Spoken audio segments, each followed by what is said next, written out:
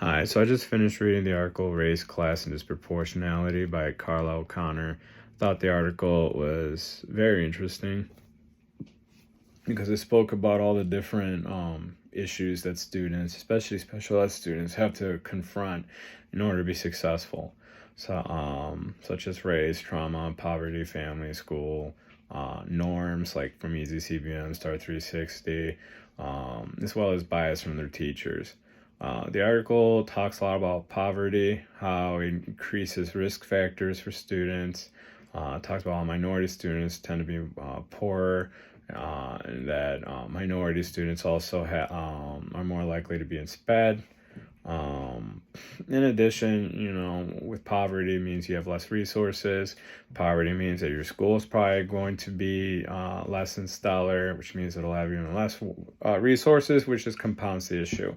The article also talked about bias, and this part I thought was really interesting because I've seen it firsthand. The article talked about like white boys versus black boys.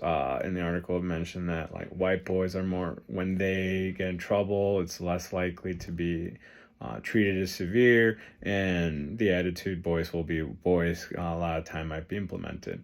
Whereas when a black student shows a maladaptive behavior, they're judged more harshly, and they're more likely to be suspended or given detention. Um, the What I thought was also interesting was when it talked about norms. As it mentioned, norms tend to be uh, created by white students, or not created, but like the data is collected from them, which then creates a standard, which then gives a disadvantage to minority groups. Um, it also mentioned this, like if English, the way it was spoken by white people, was not the standard, and instead it was um, African American vernacular, then that would put other students, other students at a disadvantage. So it depends really on what is the language of the majority, which happens to be white people. So that the way we speak English is molded by them. Um, Health issues are another big issue, and I think they compound with poverty. I work in I work in a school with students with a lot of needs, and I've noticed that students that might or that live in poverty do not have the resources. So, for example, there's a student who's known not to be wealthy, and the food that he gets for his IV tube feeding is literally half of what the other students get, which I think is very fascinating. Going back to the bias thing, I almost forgot to mention. When one of the previous schools I worked at, there was a second grade teacher that was fairly well known to be racist, and a lot of the time she would pay more attention to the white kids. She is a great example as to why students, especially minority students, have so many issues in school, and they're almost like prepared to fail in a way. Trauma is another big one. Trauma, changes the brain of a student or people in general. So if a student has to deal with a lot of family issues that involve trauma, or their neighborhood can cause them trauma, that's going to hurt them in school, especially if they don't have the resources to treat the trauma.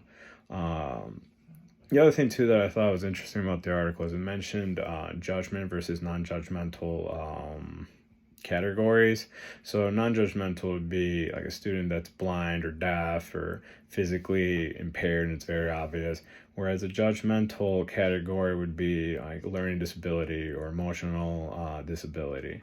So I think that was another thing that was interesting, because a lot of the time minority students tend to be placed in special ed when they're faced with the non-judgmental category.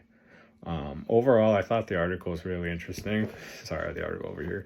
But overall, I thought the article was extremely interesting, and I've noticed that I've seen just about every one of these things in my students or students I've worked with in the past.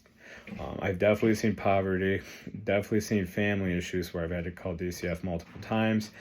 That student definitely needed a lot of support, so I happen to live in poverty. Race is another big one, as I mentioned with that teacher. And then the school itself, as I mentioned previously, like for example, I noticed in one of my previous schools, white students were definitely treated better than minority students. For example, there was a black student who had brought a Orbeez gun to school, and he was suspended, almost expelled, versus a white student who did the same thing, and all you got was the Orbeez gun confiscated. Overall, this was a really good article. I think that I learned a lot, and I appreciate it. Have a good one. Take care.